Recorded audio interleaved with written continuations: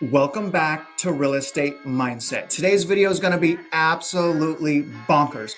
If you're like me, you're getting super excited. The more maps that are coming out outlining the negative equity growth around our nation. So what we're going to do today is we're going to take an article by CoreLogic that gives us a baseline, kind of just a start to what states are currently experiencing negative equity. Here's the thing though, guys, the data is a little bit lagging, so it's not showing real true negative equity growth yet. But it's a really good place to start to get a baseline of the nation, just to see where we're at. So I'm really excited to go over this. It's going to tell us kind of how much they're overvalued and the percentage of each state of current mortgage holders that are actually upside down in equity right now. So you're going to want to keep your eyes on this data and watch where the trends go. Now we're going to review an article from CoreLogic titled Homeowner Equity Insights. So again, we're going to focus on the baseline of negative equity growth. So we'll see where we're at right now as it pertains to April. But remember, you guys, this is my personal YouTube channel. I'm trying to spread information. I'm trying to spread education and empowerment. So if you can help me work the algorithm, help me spread the message by liking this video, subscribing if you haven't, and hit the notification so that when I put out a video, you guys watch it. So hit the notifications. Remember, this is my personal YouTube channel, even though my bio is as a realtor, loan officer, and educator in Texas. You guys can always get a hold of me. I leave my email below. So watch out for these scammers. I know there's a whole bunch of people on my channel. I cannot keep up with these bots and scammers. So no, if you want to get a hold of me, get the contact information in my description so you know it's actually me. These people are making profile pictures of me, acting like they're me. So be careful of that, okay, you guys? But let's get started on this article and let me show you this map right now. Okay, here's the map, you guys. Let me read the description above. National aggregate value of negative equity Q1 of 2022. So this isn't going to show any negative equity that's going on right now. This is going to show negative equity kind of before the raising interest rates have really sunk its teeth in to our housing market. So it says the national aggregate value of negative equity was approximately 298 billion. But here's the thing, guys, that's normal. That's what I'm trying to bring to light. It's normal to have negative equity. So all these people that, oh, there's no negative equity, you guys are wrong. 298 billion at the end of the first quarter of 2022. This is up quarter over quarter by approximately 9 billion, or 3.1%. So quarter over quarter, negative equity is up 3.1% from 289 billion in the fourth quarter of 2021.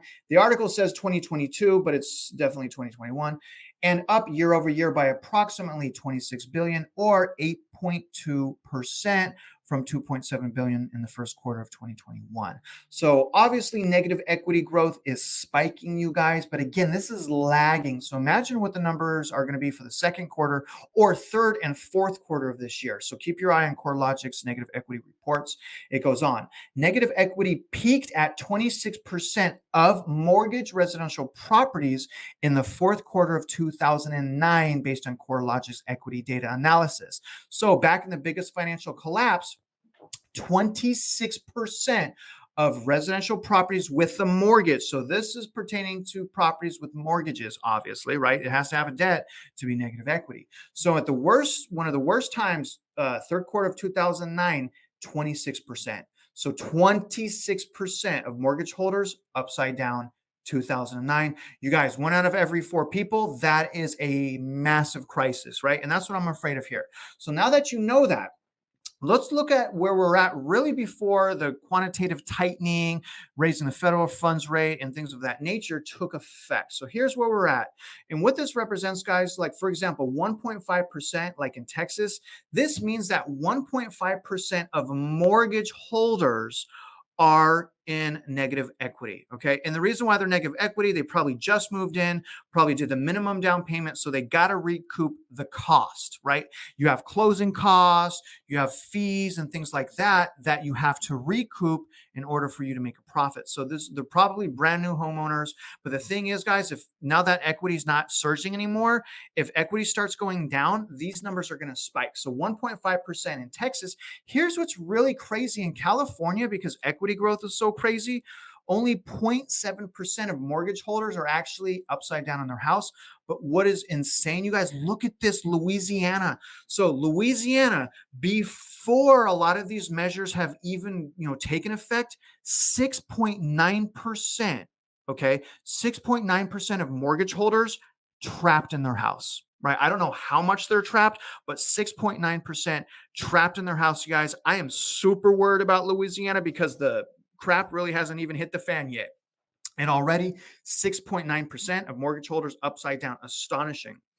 And look at the East Coast, really astonishing as well. Look at Florida. Florida's only 1.4%, but, very interesting to see this here. West Coast is, because of the accelerated equity growth, that's why I think you're seeing these numbers.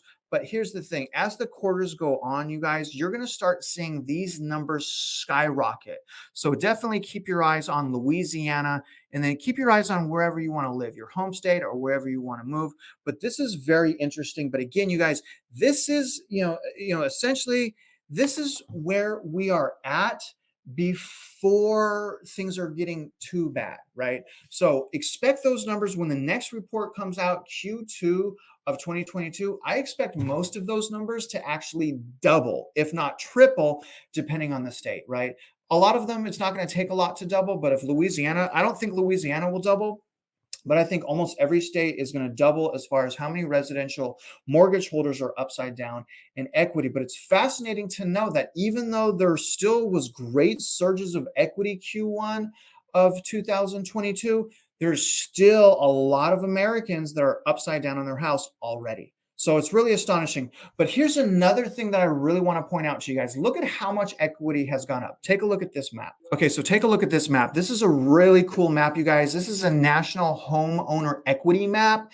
It's basically pointing out in the first quarter of 2022, the average homeowner gained approximately $64,000 in equity during the past year. So this is a year-over-year comparison of how much equity people got in 1 year. You guys, obviously we're in a housing market bubble because these numbers specifically in 2021 are far exceeding wage price growth. And personally, I think the reason why we're in this situation could all be pointed to 2021. I think that if we would have taken these measures we're taking now in 2021, to be honest, I think we could have got a soft landing. I don't think we would have had these massive problems that we're in right now.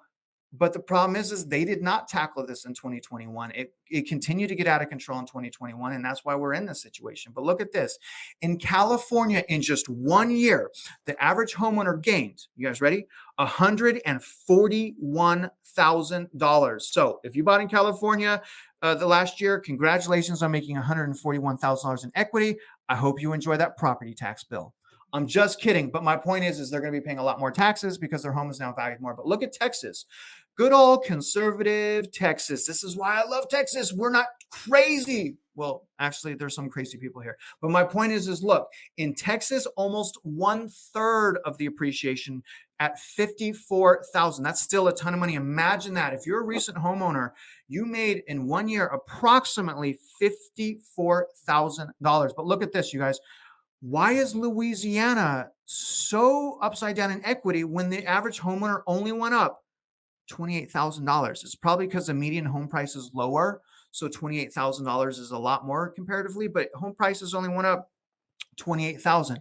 Now, I've been talking about Florida and how worried I am about Florida. I'm worried about Florida over every other state because look at, in Florida, the average home went up $90,000 in 1 year. This is just in 1 year. This isn't 2 years. This is 1 year.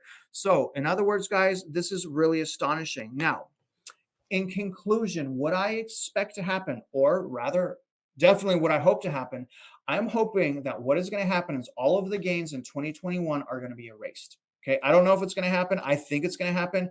If that happens, that means that in my local housing market, home values will go down approximately a little over 20%. If that happens, you guys, I'm planning on that for not to happen. I'm happy. Like I said, I've done a video.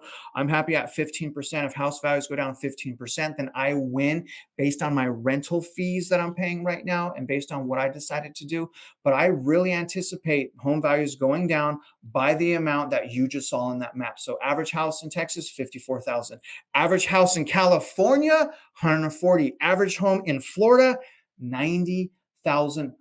And in essence, guys, that is why I have been sounding the alarm that if you are going to buy right now, have the right mindset. Make sure your income is solid because you might be trapped in your home and have to hold for 10 years, right? If you can hold for 10 years, fine. Real estate's a great investment. It comes in 10-year cycles. But what I'm worried about is all of the people that lose their jobs, have a medical emergency or financial hardship, and they're stuck in their house. They no longer have the ability to sell. That's how foreclosures happened. That's what happened to me.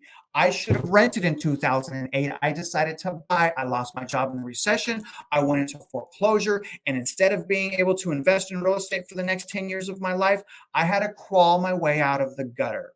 Great lesson, valuable lessons. I know so much about real estate and hardships now and how to improve your situation, but that took 10 years of my life. You guys don't have to do that. You have YouTube now. You have me warning you not to do what I did in 2008. But anyways, you guys, very fascinating. I'm expecting house values to go down by those amounts. I hope you like this video. And as always, I really appreciate you watching these videos with me. If you're out there investing in real estate, I do wish you luck and I hope you win.